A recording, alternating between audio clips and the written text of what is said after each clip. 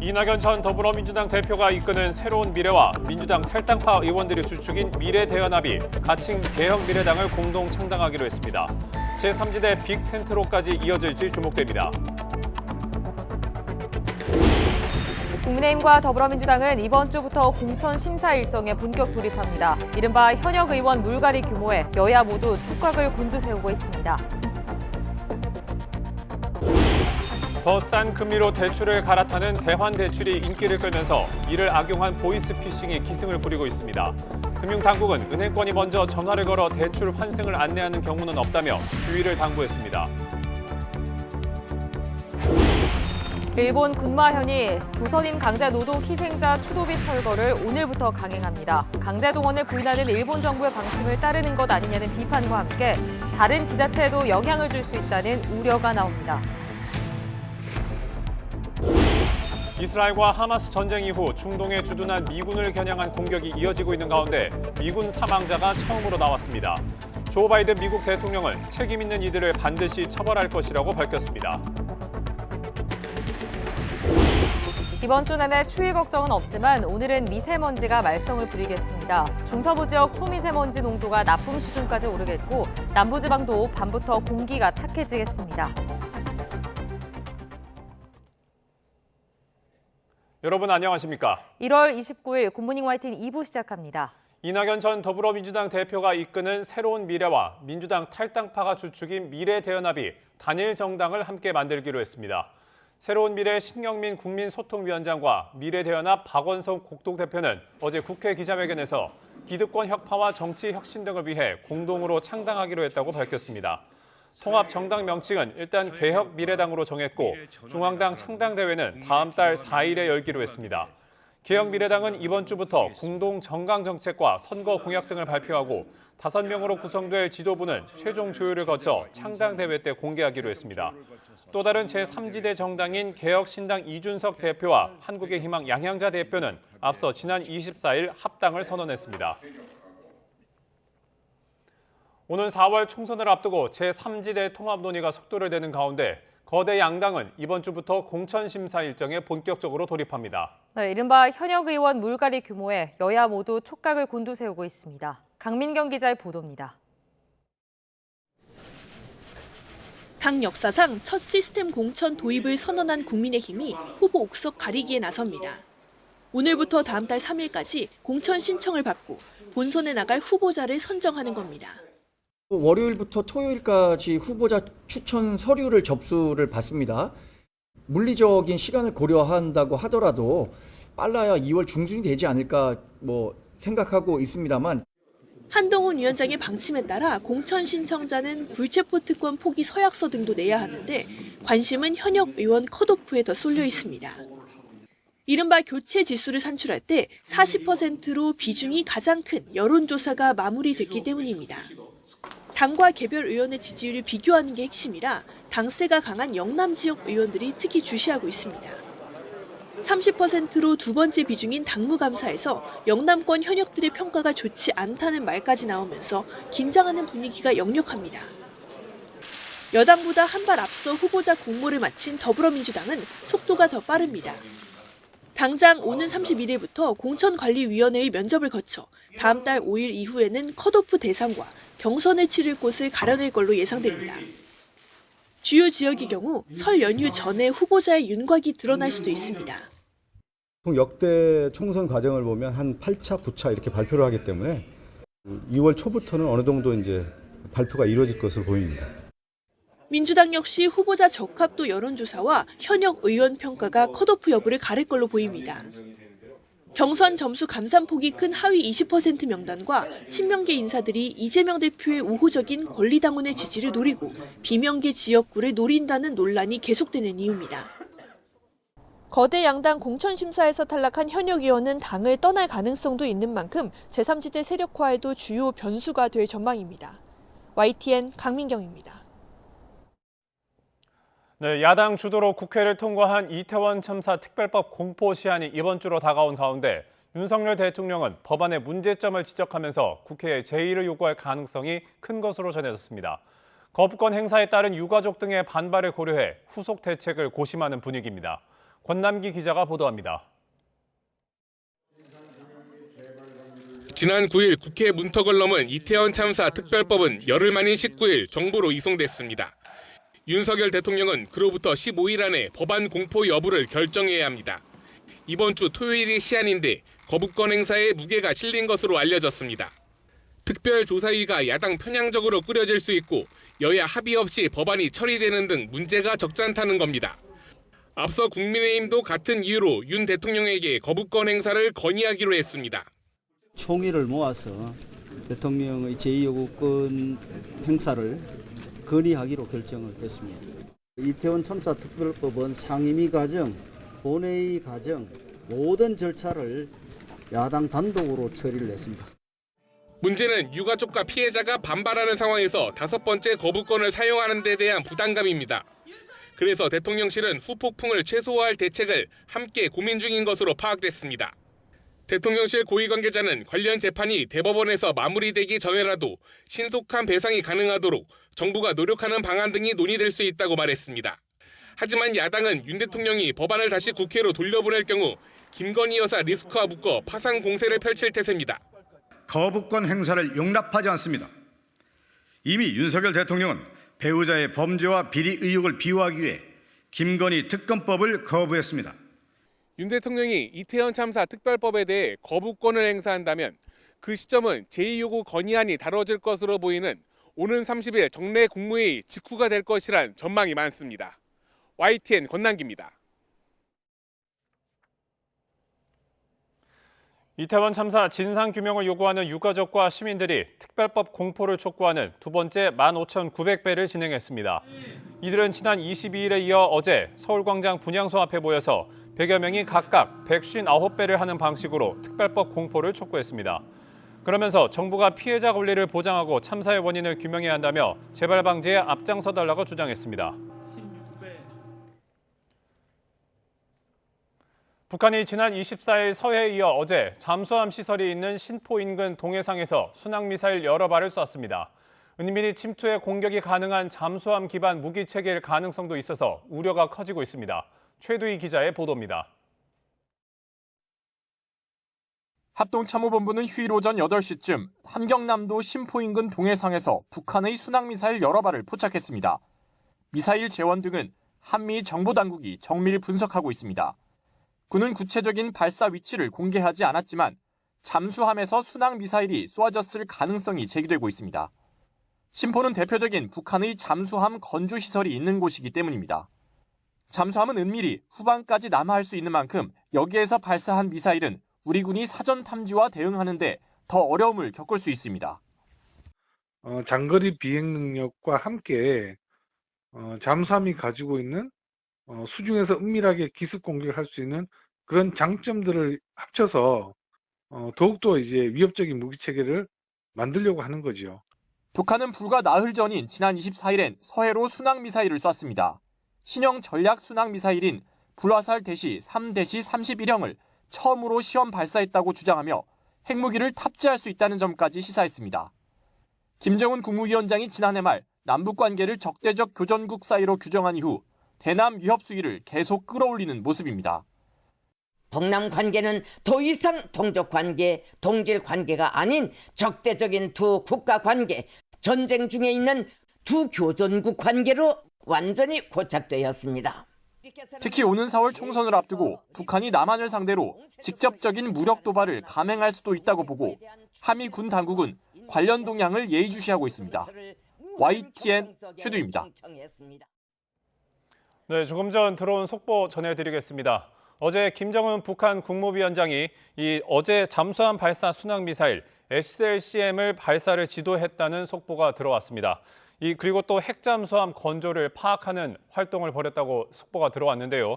앞서 어제 북한은 어제 아침 8시쯤에 함경남도 신포시 인근 해상에서 순항미사일 여러 발을 발사한 바 있습니다. 이와 관련해 군 관계자는 이 북한 미사일들이 발사된 뒤 팔자형으로 맴돌다 사라진 것으로 파악이 됐고 잠수함 또는 수중 바지선에서 발사됐을 가능성이 높다고 언급한 바 있습니다. 지난 24일 불화살 이름을 붙인 신형 전략 순항 미사일을 발사한 지 나흘 만에 발사였습니다. 한미 정보당국은 이 미사일의 세부 재원 등을 정밀 분석하고 있는데 군 당국은 북한이 지난해 9월 진소한 신형 전술 핵 공격 잠수함인 김군옥 영웅함에서 순항미사일을 쏘았을 가능성에 주목하고 있습니다. 이와 관련해서 북한 관영 매체가 조금 전 김정은 북한 국무위원장이 어제 잠수함 발사 순항미사일 시험 발사를 지도했고 핵잠 건조를 파악했다고 보도했습니다. 관련해서 자세한 내용이 들어오는 대로 다시 보도해드리겠습니다. 네, 다음 소식입니다. 미국 국방부는 북한의 최근 순항미사일 발사 등 북한 활동을 모니터링하고 있다고 밝혔습니다. 미 국방부 대변인은 북한의 순항미사일 발사에 대한 YTN의 질의에 북한의 군사 프로그램으로 인한 위협과 한국, 일본에 대한 방위 공약, 또 지역 평화와 안정 유지에 대한 약속을 매우 분명히 해왔다며 이같이 답했습니다. 그러면서 북한 위협에 대응하기 위해 한국, 일본 정부와 계속 협력할 것이라고 말했습니다.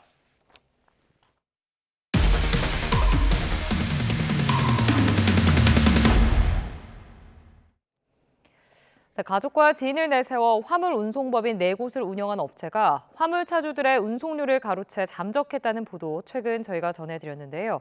실제 운영자 김모 씨는 범행 이후에도 비슷한 화물 운송업체를 차리려고 시도한 것으로 확인이 됐습니다.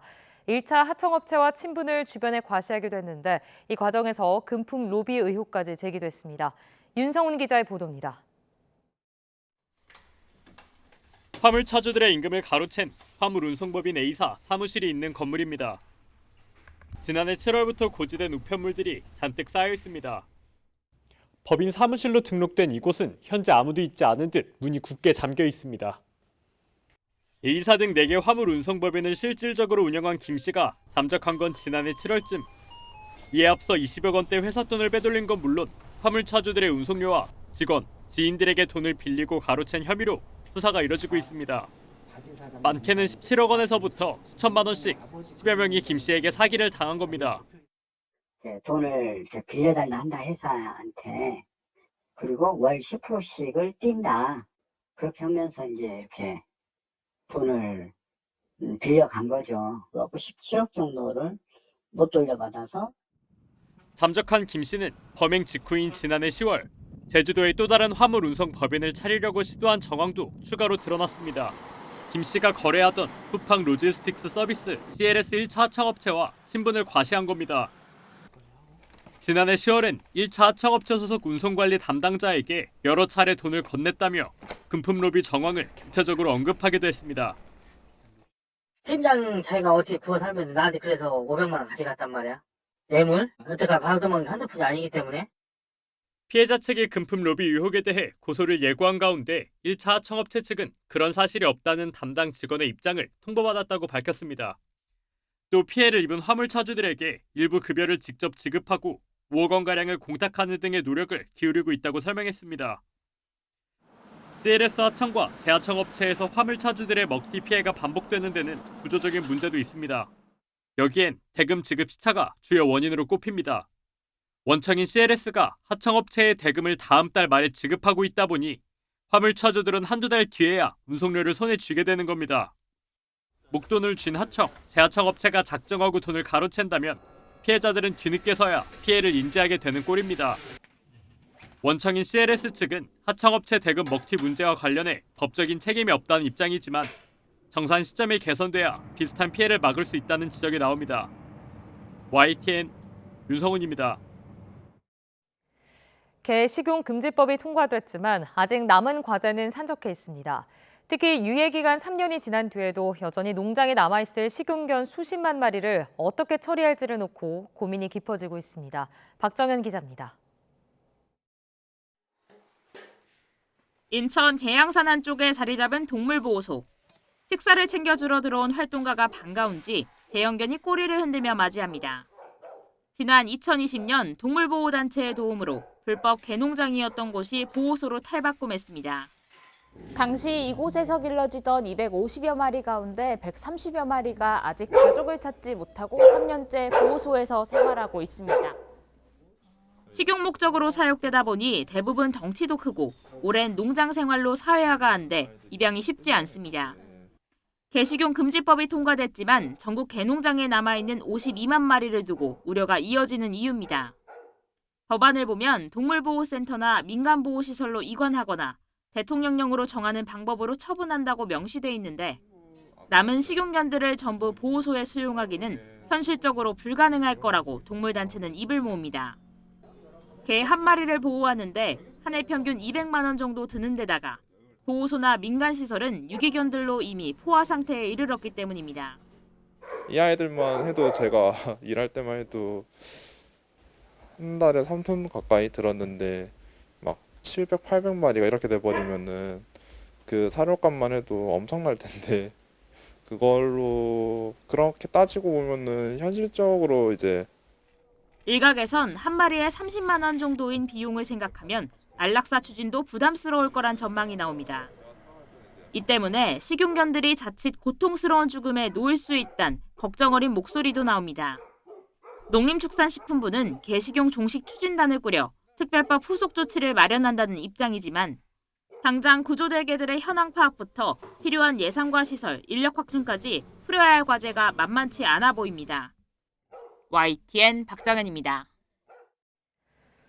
어젯밤 서울 구기동에 있는 러시아 대사관저 초소에 SUV 차량이 돌진해 경찰관 1명이 다쳤습니다. 음주운전 차량에 70대 운전자가 다치는 등 교통사고도 잇따랐습니다. 밤사이 사건 사고 소식 신기혜 기자가 전해드립니다. 러시아 대사관저를 지키는 작은 초소가 위태롭게 기울어져 있습니다. 초소 문과 유리창은 폭격이라도 맞은 듯 산산조각 났습니다. SUV 차량이 초소를 들이받은 건 어젯밤 10시 10분쯤. 사고 차량은 초소를 들이받고 뒤에 주차돼 있던 승용차까지 들이받은 뒤에야 멈췄습니다. 이 사고로 초소 안에서 홀로 근무를 서던 경찰관 1명이 다쳐 병원으로 옮겨졌습니다. 러시아 대사관저 초소가 날아가 있고 교통사고가 나서 경찰들이 막 황급히 왔다 갔다. 사고를 낸 운전자는 술을 마신 상태는 아니었던 것으로 파악됐습니다. 경찰은 자세한 사고 경위를 조사하고 있습니다. SUV 차량 앞부분이 완전히 찌그러졌습니다. 교차로에서 마주오던 승용차와 부딪힌 뒤 도로 옆 전봇대를 들이받은 겁니다. 이 사고로 SUV를 몰던 70대 여성 운전자가 다쳐 병원으로 옮겨졌습니다. 마주오던 승용차 운전자는 음주 측정 결과 면허 취소 수준인 것으로 파악됐습니다. 경남 김해에서는 남해고속도로 장윤아들목 창원 방향을 지나던 25톤 화물차가 멈춰있던 경차를 들이받았습니다. 이 사고로 경차 안에 있던 일가족 4명이 다쳐 병원으로 옮겨졌습니다. 경찰은 화물차 운전기사가 정차한 경차를 미처 발견하지 못해 사고가 난 것으로 보고 자세한 경위를 조사하고 있습니다. YTN 신기혜입니다. 더 싼 금리로 대출을 갈아타는 대환 대출이 인기를 끌면서 이를 악용한 전화금융사기, 보이스피싱이 기승을 부리고 있습니다. 금융당국은 은행권이 먼저 전화를 걸어 대출 환승을 안내하는 경우는 없다며 주의를 당부했습니다. 이형원 기자입니다. 50대 직장인 박모 씨는 최근 기존 대출을 더 낮은 금리로 갈아탈 수 있다는 전화를 받았습니다. 연 10% 안팎으로 빌렸던 신용대출 2건을 6%대로 바꿀 수 있다며 내건 조건은 기존 대출 상환이었습니다. 부분은 정리가 되셔야 되는 조건으로 지금 6,700만 원 승인 나오신 거고 금리는 6.2% 지금 확정이 되셨어요, 고객님. 은행 직인까지 찍힌 서류에 의심 없이 보낸 돈은 자그마치 3,800만 원에 달했습니다. 저축은행이라고 그 문서를 위조해가지고 뭐 2,300만 원 완납했음 이렇게 하고 도장까지 찍어가지고 저한테 그 카톡으로 보내온 거예요. 그러니까 저는 믿을 수밖에 없었어요. 고금리의 이자를 줄여보려다 박 씨처럼 보이스피싱을 당하는 사례는 지난해부터 급증하고 있습니다. 정부 주도로 온라인 원스톱 대환대출 플랫폼이 출시된 이후 이를 악용한 범죄가 잇따르고 있는 겁니다. 실제로 금융감독원에 접수된 보이스피싱 피해 구제 신청 가운데 대환대출 사칭 비율은 1년 새 3배 가까이 늘었습니다. 더 큰 문제는 대환대출 플랫폼 서비스가 아파트 주택담보대출에 이어 전세대출까지 확대되면 관련 피해가 더 늘 수 있다는 점입니다. 대환대출 신청액이 1조 6천억 원에 이르는 만큼 굉장히 활발하게 진행되고 있습니다. 이러한 대환대출 기조에 편승을 해서 이를 노리는 이제 보이스피싱 역시 많이 늘고 있고요. 본인이 신청한 경우만 가능하다는 걸 명심하고 금융감독원은 정부나 금융사를 사칭한 대환대출 권유 전화에 절대 응해선 안 된다며 소비자 경보를 발령했습니다. 이미 피해를 봤다면 은행 고객센터에 연락해 계좌 지급 정지를 요청하고 피해 구제를 신청해야 합니다. YTN 이영훈입니다. 사업성이 좋지 않다는 이유로 건설사가 사전 청약을 받아놓고도 사업을 철회하는 일이 발생했습니다. 민간 사전 청약 아파트 단지 가운데 처음 있는 일인데요. 부동산 침체기, 이런 사업장이 더 나올 수 있다는 우려가 커지고 있습니다. 윤혜리 기자의 보도입니다. 2년 전 사전 청약을 받은 인천 서구의 아파트 공사 부지입니다. 수풀이 무성한 땅만 황량하게 남아있고 터파기 공사조차 진행되지 못했습니다.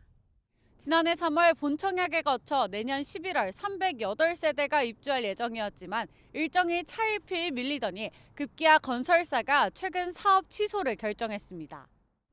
사업성이 충분하지 않다고 판단해 사업을 전면 철회한 겁니다. 실제로 사전 청약 당시 전용 면적 84제곱미터 분양가는 5억 9천만 원으로 인근 시세보다 저렴했지만 최근 집값이 하락하면서 사전 청약 포기자들이 속출했습니다. 분양 당시에는 여기가 6억 9천 정도에 매매됐었거든요. 6억 9천에서 6억 5천 그러면서 집값이 하락했었죠. 5억 8천 정도면은 5억 7, 8천 사이면 매수할 수 있죠.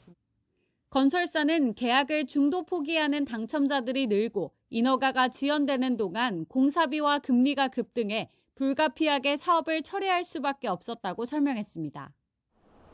민간 사전 청약 아파트 가운데 사업 자체가 취소된 건 이번이 처음입니다. 민간 사전 청약 제도는 아파트 공급 물량을 조기에 확보하고 부동산 시장 과열을 막기 위해 3년 전에 도입됐습니다.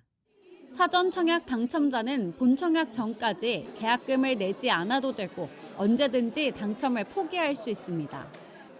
건설사 역시 부지만 확보된 상황에서 사전 청약을 받고 사업을 중도 철회해도 별도 위약금을 물진 않습니다. 고금리와 PF 자금 조달의 어려움, 공사비 급등 등의 이유로 사업성이 급격히 악화됨에 따라 분양사업 자체를 포기하는 건설사가 앞으로 늘어날 수도 있겠습니다. 민간 사전 청약을 받은 아파트 45곳 가운데 예정대로 본청약이 진행된 곳은 지금까지 단 3곳에 불과합니다. YTN 윤혜리입니다. 유례 없이 낮은 출산율에 갈수록 출생아 수가 줄면서 지자체마다 현금성 지원 정책을 경쟁적으로 쏟아내고 있습니다.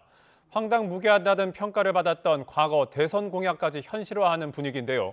단기적인 대책에 불과하다는 지적도 나오고 있습니다. 김혜연 기자가 보도합니다. 결혼하면 1억 원, 출산하면 1인당 5천만 원, 자녀가 10살 때까지 월 100만 원, 육아수당을 드리겠습니다. 17년 전부터 선거 때마다 꾸준히 등장했던 결혼수당 1억 원. 당시만 해도 황당하다는 반응을 얻은 이런 공약이 사실상 현실이 되고 있습니다. 인천에서 태어나는 모든 아이에게 18세까지 1억 원 이상을 지원하는 정책입니다. 허경영 후보가 예언자였다는 자주 섞인 말까지 나올 정도로 지금의 저출산 문제는 심각한 상황. 다급한 상황을 반영하듯 현금성 정책이 쏟아지고 있습니다. 출산 때 주는 천만남 이용권과 부모급여, 아동수당을 합하면 한 아이가 7살이 될 때까지 정부에서 받는 돈은 3천만 원 정도입니다. 여기에 지자체마다 다른 지원금을 더하면 금액은 더 올라갑니다. 출산 지원금과 양육수당 등 지자체마다 경쟁적으로 지원책을 내면서 전체 출산 지원 사업 예산 가운데 70% 정도가 현금성 정책입니다. 하지만 이런 정책은 일부 계층에서만 더디게 효과가 나타나는 데다 지역 간 인구 이동에 그칠 뿐 전체 출산율을 끌어올리지 못한다는 지적도 나옵니다. 인구 뺏기 경쟁을 가고 있어요. 실제로 아이를 낳는 게 아니라 이 등록증만 바꾸는 거예요. 최근 정치권이 내놓은 대책 역시 주택대출과 육아휴직 급여 확대 등 많은 예산이 필요합니다. 전문가들은 지금까지와는 다르게 양육에 필요한 가족복지 분야에 예산을 써야 한다고 지적합니다. 부모의 일가정 양립이 제대로 될 수 있도록 가족 친화 기업이 제대로 될 수 있도록 돈을 정말 그야말로 쏟아 부어야 한다. 저출산 대책은 돌봄 시스템 변화부터 노동시장, 기업 문화까지 다방면으로 접근해야 하는 만큼 단순한 현금성 정책이 아닌 촘촘한 설계가 절실한 상황입니다. YTN 김혜은입니다.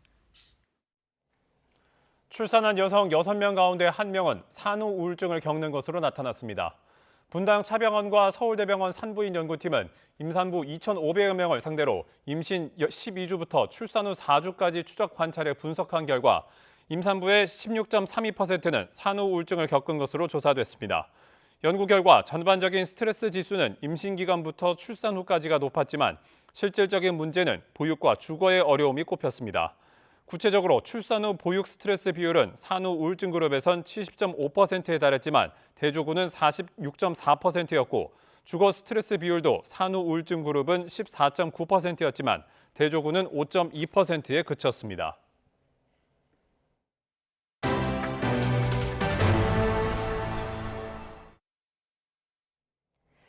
일본 군마현이 조선인 강제노동 희생자 추도비 철거를 오늘부터 본격 강행합니다. 강제동원을 부인하는 일본 정부의 방침과 흐름을 함께하는 것 아니냐는 비판과 함께 다른 지자체에도 영향을 줄 수 있다는 우려가 나옵니다. 김세호 도쿄특파원이 현장을 취재했습니다. 조선인 추도비 앞에 시민들이 하나둘씩 모여 강제동원으로 숨진 조선인들을 추모합니다. 추도비에는 과거 일본의 잘못을 반성하고 이를 되풀이하지 않겠다는 결의가 새겨져 있습니다. 일본 시민단체의 노력으로 세워져 20년 동안 같은 자리를 굳게 지키고 있습니다. 지난 2004년 이곳 공원에 설치된 조선인 추도비는 김대중 오부치 선언의 정신을 담고 있는 상징과도 같습니다. 하지만 공원을 관할하는 군마현은 오늘부터 추도비 강제 철거에 나섭니다.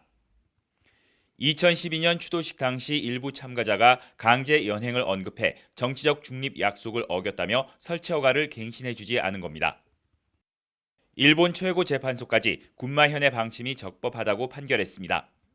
強制連行っていう言葉自体もう事実のはずなのに、それを日本の政府に忖度したっていうのもひどいですし、今すぐにでももう思いとどまってやっぱり撤去は撤回してほしい。 추도비 철거에는 우익단체들의 끊임없는 압박이 작용했는데 철거 하루 전날에도 추도비 근처에 우익단체 회원들이 나타나 소란을 피웠습니다. 일본 시민단체들은 군마현의 철거 방침이 일본의 과오를 부정하려는 아베 신조 전 총리의 역사 수정주의와 흐름을 같이 하고 있다고 비판했습니다. 県行政としてそういう歴史修正主義、歴史を否定するようなやっぱり姿勢だというふうに私たちは受け入れざるを認めざるを得ないんですよね。 일본 내 여러 곳에 조선인 희생자 추모비가 있는데 군마현의 철거 조치는 다른 지자체에도 영향을 줄 수 있다는 우려가 나옵니다. 기시다 정부는 강제동원에 대한 직접 사과 없이 김대중 오부치 선언의 역사인식을 계승한다는 말만 되풀이해왔는데 이제는 그나마도 무색해지고 있습니다. 도쿄에서 YTN 김세호입니다. 월요일 아침 출근길 큰 추위는 없습니다. 종일 예년 기온을 웃돌며 비교적 온화함이 감돌겠는데요.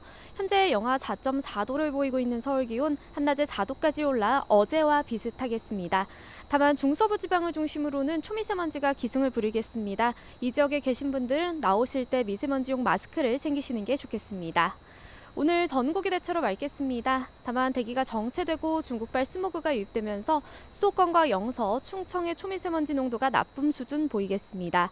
밤부터는 전북과 경북의 공기도 점차 탁해지겠습니다.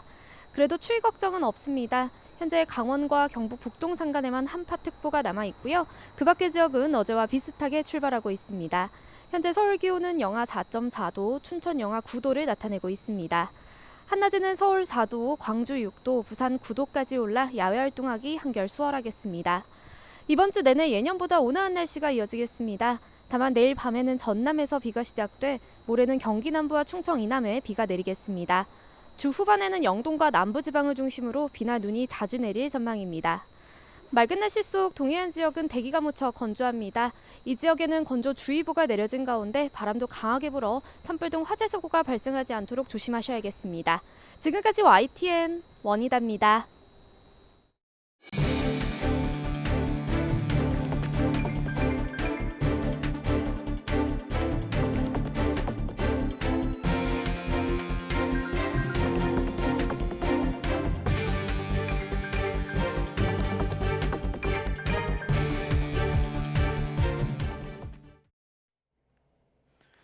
이낙연 전 더불어민주당 대표가 이끄는 새로운 미래와 민주당 탈당파 의원들이 주축인 미래대연합이 예상대로 이번 총선에서 힘을 합치기로 했습니다.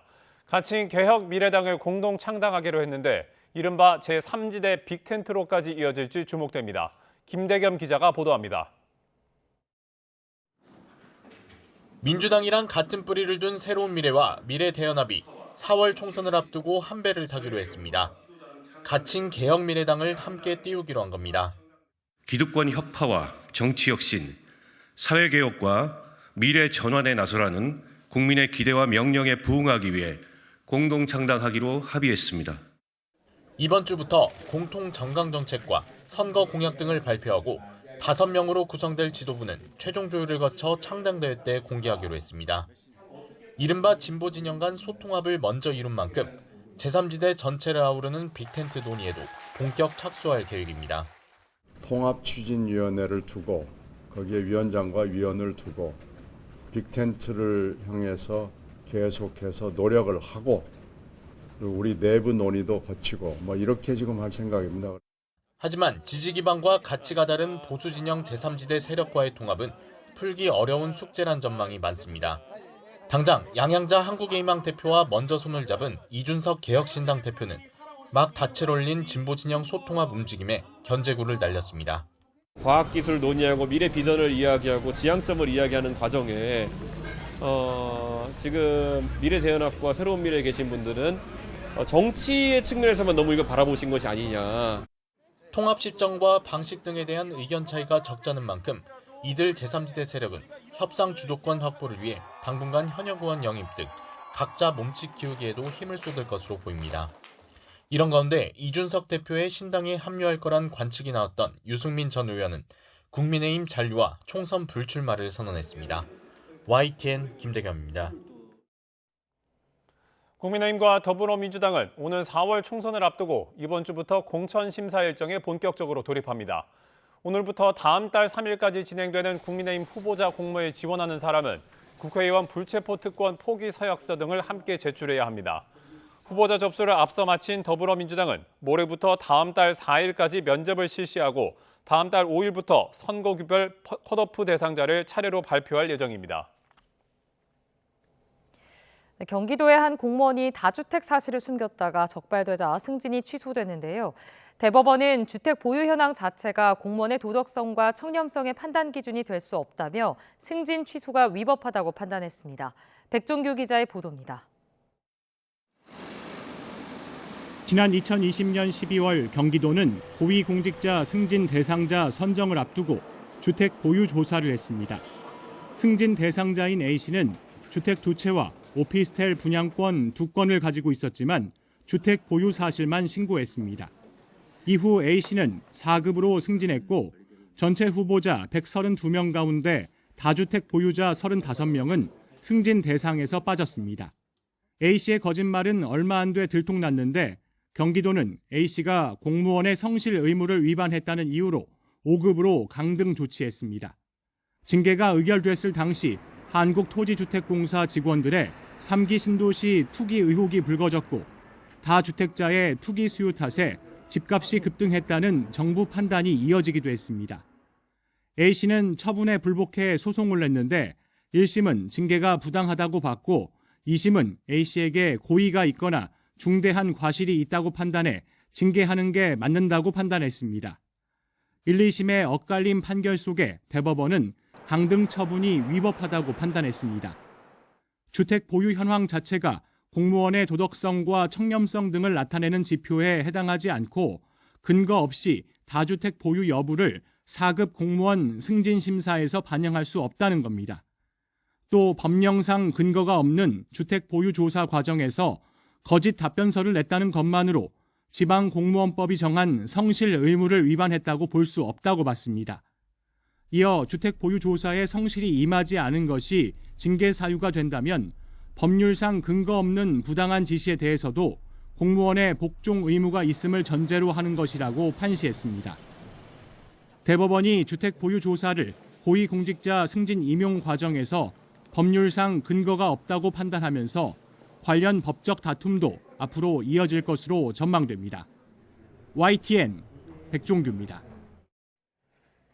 대기업들이 연초 임직원에게 지급하는 성과급의 규모가 업황과 실적에 따라 엇갈리고 있습니다.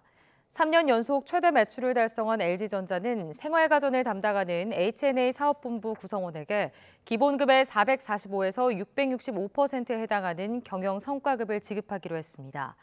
SK하이닉스도 반기별로 지급하는 인센티브인 생산성 격려금과 별개로 구성원에게 1인당 자사주 15주와 격려금 200만 원을 주기로 했습니다.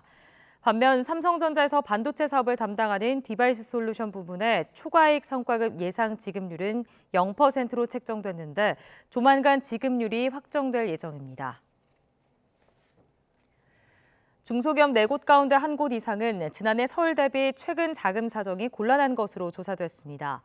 중소기업 중앙회가 지난 8일에서 16일 중소기업 811개를 대상으로 실시한 2024년 중소기업 설 자금 수요 조사 결과 지난해 설 대비 최근 자금 사정이 곤란하다는 응답이 26.6%로 집계됐습니다. 이어 지난해와 다르지 않다는 응답이 56.1%로 절반이 넘었고 원활하다는 응답은 17.3%에 그쳤습니다. 네, 경기도 성남엔 전국 최대 규모의 민속 5일장인 모란시장이 있습니다. 그동안 장날마다 고질적인 주차난으로 몸살을 앓았는데 전용 주차장이 새롭게 조성돼 장보기가 훨씬 수월해졌다고 합니다. 최명신 기자가 보도합니다. 성남의 명물 모란시장은 벌써 설 대목 분위기로 흥겹습니다. 마트보다 저렴하게 장을 보는 재미에 알뜰족들의 발길이 이어집니다. 날짜 끝자리가 4일과 9일 열리는 전국 최대 규모의 전통시장으로 540여 개의 점포가 영업 중입니다. 평일 최대 6만 명, 휴일엔 10만 명이 찾고 있습니다. 하지만 고질적인 주차 문제가 시장 활성화의 걸림돌이었습니다. 이에 기존 모란 제1 공영 주차장에 주차 타워를 세우는 안이 거론됐지만 226억 원의 공사비와 3년의 공사기간 때문에 답보 상태를 면치 못했습니다. 그러던 게 신상진 시장이 새로 취임하면서 급물살을 탔습니다. 시장 옆 완충 녹지지대 일부를 도시 관리 계획에서 해제해 잔디블럭 주차장 100면을 조성하기로 한 겁니다. 공사비 8억 원에 공기는 1년으로 대폭 단축됐습니다. 주차장이 전혀 없다가 주차장이 생겼으니까 이제는 우리 고객들이 오셔서 차 대놓으시고 마음껏 장도 보시고 이렇게 가시면은. 시는 전국 최대 규모의 민속 5일장이라는 명성에 걸맞게 활성화 방안을 다각도로 모색해 나갈 계획입니다. 성남시에서도 더욱 재래시장 또 전통시장 활성화를 위해서 지혜를 모으고 상인들과 함께 끊임없이 대화하면서 노력하겠습니다. 새로 조성된 주차장은 잔디 보호를 위해서 모란장이 열리는 날에만 개방됩니다. YTN 최명신입니다.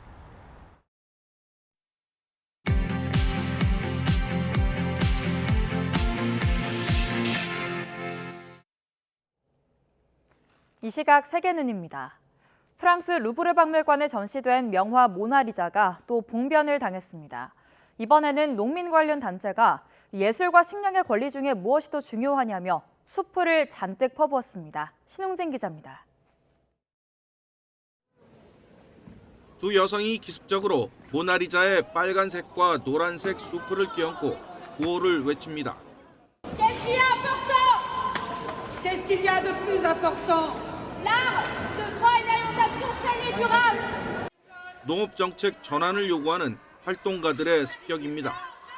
프랑스 농민들은 경유 면세 폐지 등에 항의하며 이달 18일부터 트랙터 시위를 벌이는 등 정부를 압박하고 있습니다. Aujourd'hui, en fait, on sait que l'alimentation, notamment le secteur agricole, c'est 20% des émissions de gaz à effet de serre. C'est également plus de 1 paysan qui se suicide par jour. Donc c'est dans une situation qui est très problématique et nous, on veut changer ça, c'est riposte alimentaire. 박물관 측은 즉각 모나리자 주변에 가림막을 치고 관람을 중단시켰습니다.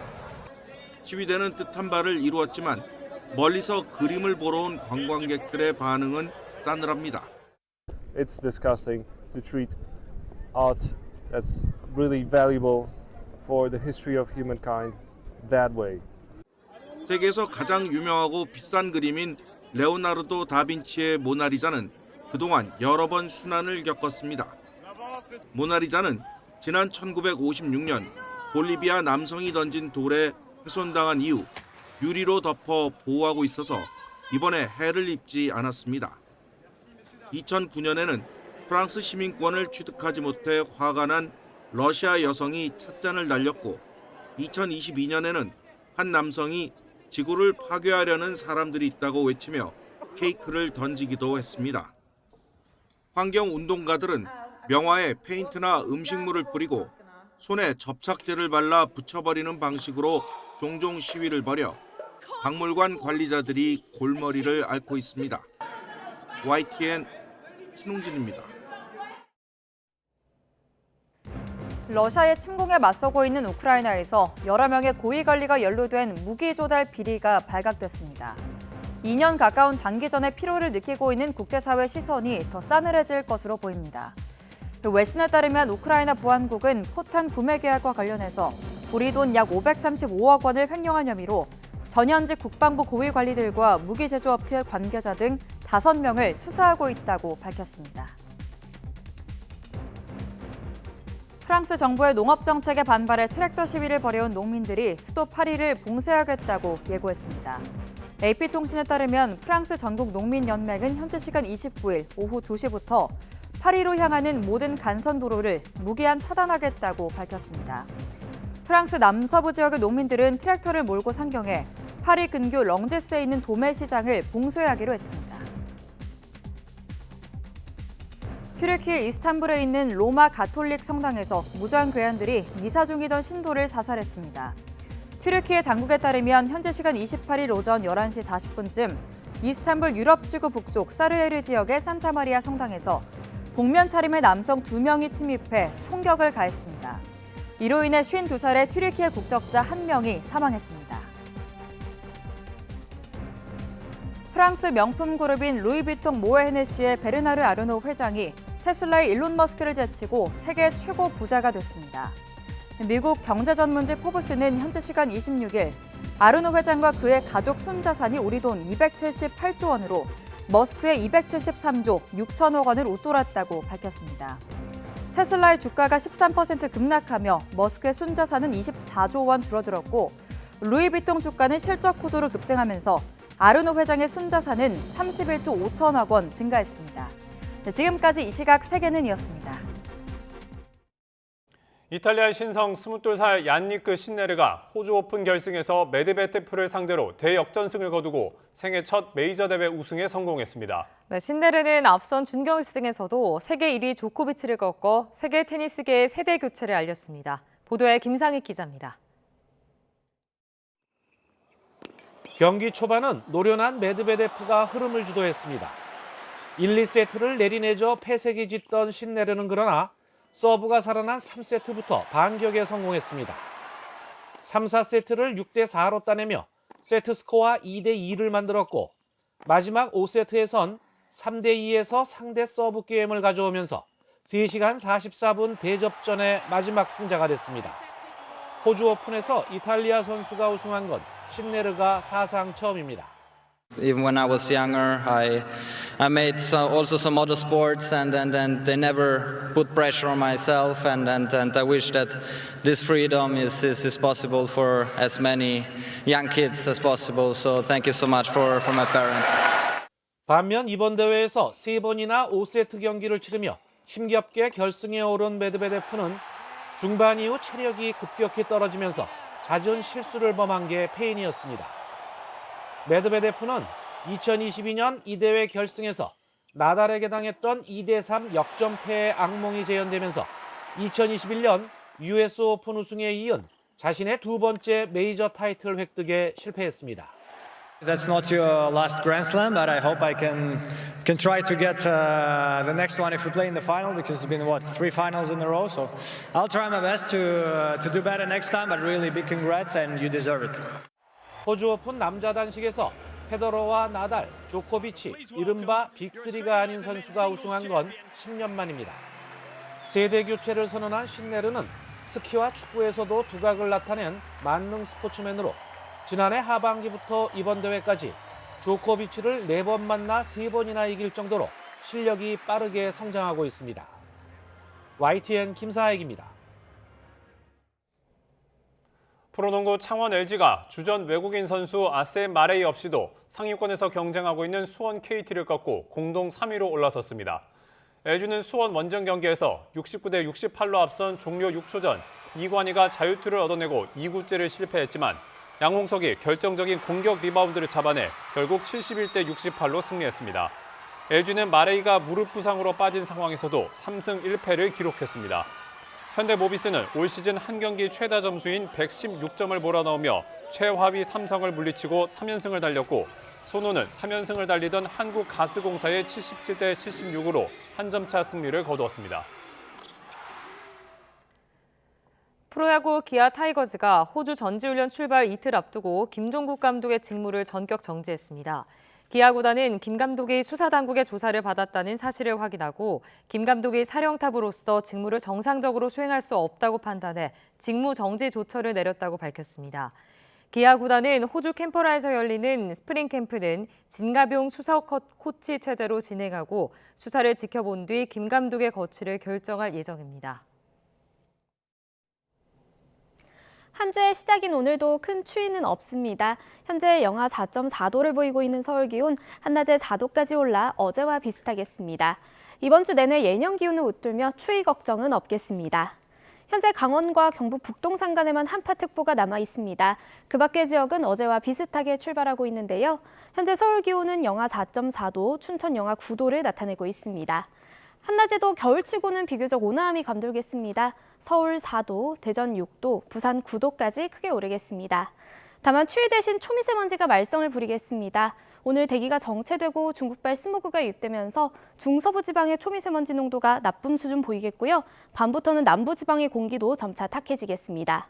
오늘 먼지만 아니라면 하늘 자체는 대체로 맑겠습니다. 다만 동해안을 중심으로는 대기가 무척 건조하겠고 너울성 파도가 높게 일겠습니다.